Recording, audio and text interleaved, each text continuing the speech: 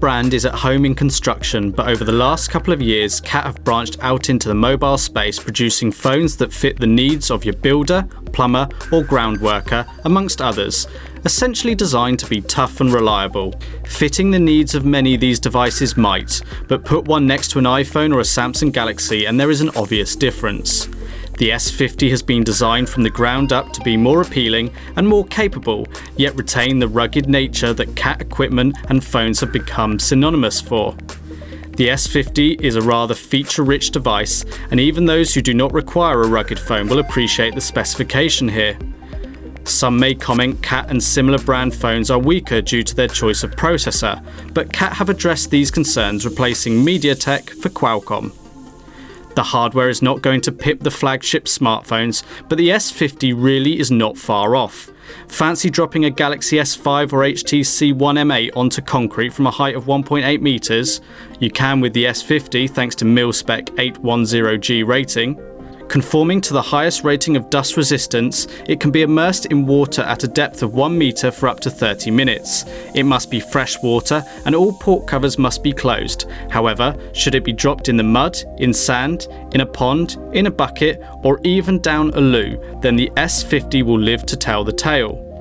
So whether you're an emergency service personnel, in a trade, mountain rescue, or just a user who wants a tougher phone, the S50 is probably as good as it gets. To put this all in perspective, the S50 is a tougher version of the more consumer-friendly Samsung Galaxy S4 Active. You do not need to be a smartphone expert to see that the S50 is carrying a little extra bulk around the edges. This weight does serve a very important purpose. It is a mixture of tough plastics, silver in colour to look like metal, and thick rubber, most noticeably in the four corners.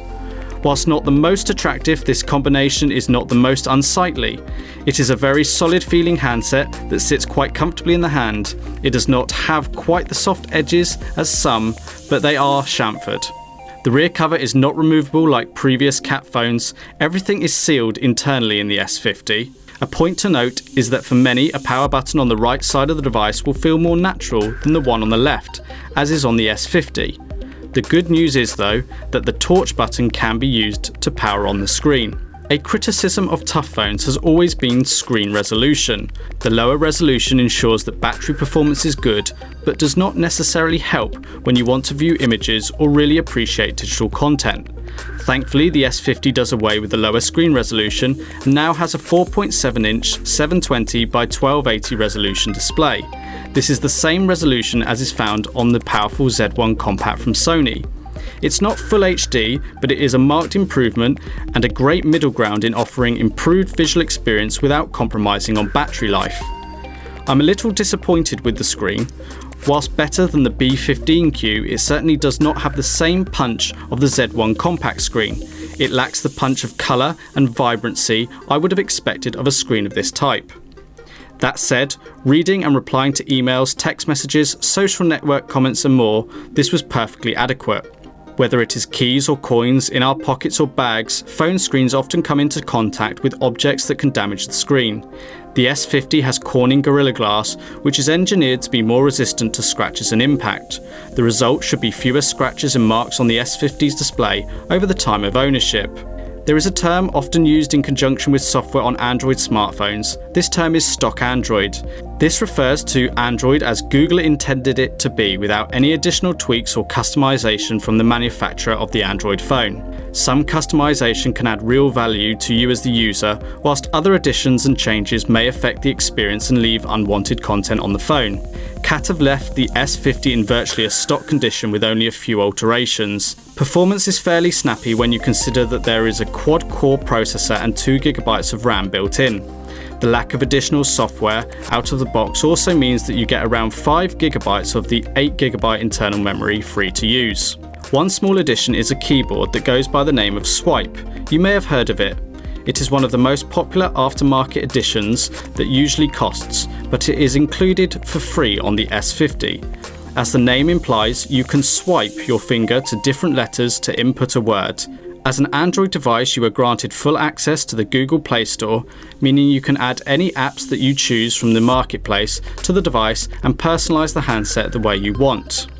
download your favourite games, social media apps or productivity tools. They're all there for you. There is an FM radio and of course all the usual Google services. CAT have also added a few shortcuts to the app drawer, which are web links to CAT websites. Out of the box, the device has quad-band GSM, tri-band 3G support, along with support for 6 different 4G frequencies. The S50 takes a single micro SIM card, which you probably already have or can easily obtain from your network provider. CAT has included GPS, AGPS and GLONASS, so wherever you are, GPS signal should be possible, and because Android comes with Google Maps included, street level navigation on a global scale is possible. Just make sure you have a data connection. We all use Wi-Fi to connect to the internet at some point, and the S50 has Wi-Fi built in, including support for the 5 GHz frequency. You can even use the S50 as a wireless hotspot.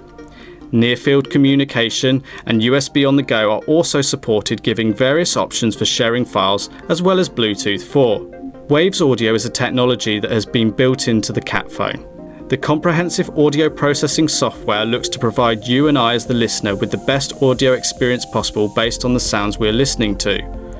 Offering deeper bass, crisper highs and generally better clarity, the audio experience should surpass competing devices. There was a clear difference when Waves was switched on. Sounds were most certainly deeper, richer and generally more pleasant to listen to, and whilst not scientifically tested, louder too. The decibel meter produced some reasonable readings in the high 80s to low 90s, which is extremely useful when this device is likely to be used in some noisy environments. Whilst the single rear speaker is not too easy to muffle when in the hand, lay it flat on a desktop and all sound is lost. The main camera on the S50 sits on the rear of the phone and is rated at 8 megapixels. It has autofocus and an LED flash, as well as being capable of 1080p HD video recording. When it comes to the camera, it is not all about megapixels, and the S50 does just enough to scrape through with passable results. The camera application is the default camera app from Google, and whilst functional, is not the most inspiring. Most importantly, it works, but you do not get lots of value-added features. The layout is not the most intuitive, in my mind, but this is just my opinion. Whilst on first glance there is no dedicated camera shutter button, the torch and volume keys do act as camera shutter buttons. Image and video results were nothing more than okay given the right lighting conditions. They are just passable on many occasions. I feel you will be disappointed with the results. If anything, this was the weakest part of the device.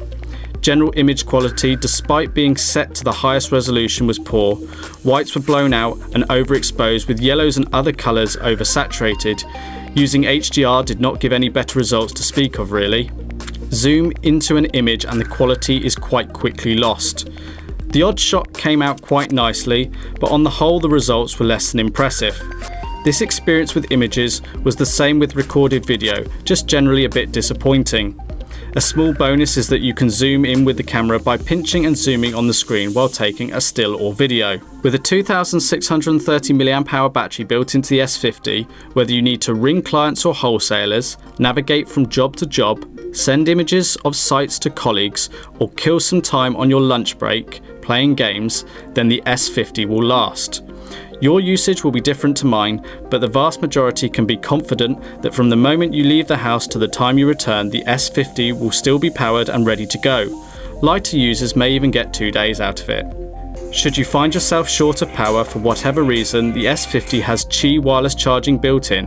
You can sit your S50 on a wireless charging plate and not need to connect any wires to the handset itself. There is of course the traditional micro USB connection on the left side of the device. Measuring 144.5 by 77 by 12.6 millimeters, the S50 is not small, but it's not massive either. It does not feel or look as slick as the iPhone or Samsung Galaxy, but the robust nature of the handset inevitably means the additional size and bulk. I felt quite comfortable with it, considering my personal preference for smaller sized devices, and having spoken and demonstrated this handset to a few iPhone users who work in the trades, whilst many were not immediately sold, saw the potential and would consider the device next time they were in the market for a new phone. At the time of recording, prior to launch, the final RRP is still to be confirmed, but is likely to be around £325 to £350 price point, inclusive of VAT. I think this price is justifiable and in line with comparable devices for those who need a tough phone that does not look like it has been designed to be tough and nothing else. You will most certainly not be paying over the odds. Should it fall below the £300 price point, it will be an excellent value handset that many more should consider purchasing if you're aware of the pros and cons of this phone. The S50 is a logical addition to the CAT phone range. The specification has taken a much needed boost to make it more premium, and the price tag reflects this. Comparing it to a flagship from HTC, LG, Sony and Samsung is not exactly fair. It will lose out on spec and desirability. That said, it has a specification that is much closer to these than many other tough phones. Tough phones are a bit of a niche. There is an obvious need for them in both a business and consumer world, but they are often unspoken or looked down upon as being inferior. The S50 has the specification and visual appeal to be successful for a large number of smartphone users, but the brand and association of trades will impact on the success, I feel. Rebadge the S50 with one of the flagship brand names and add active to the name, and this would get a lot more publicity. If you are smart enough to look beyond the fact the S50 will not be in every phone store window and there will not be the same glitzy marketing or the apparent value-added software additions that the likes of Samsung and LG offer, then you will be making a very sensible purchase and one that comes in at a lower price point had it been made by another firm.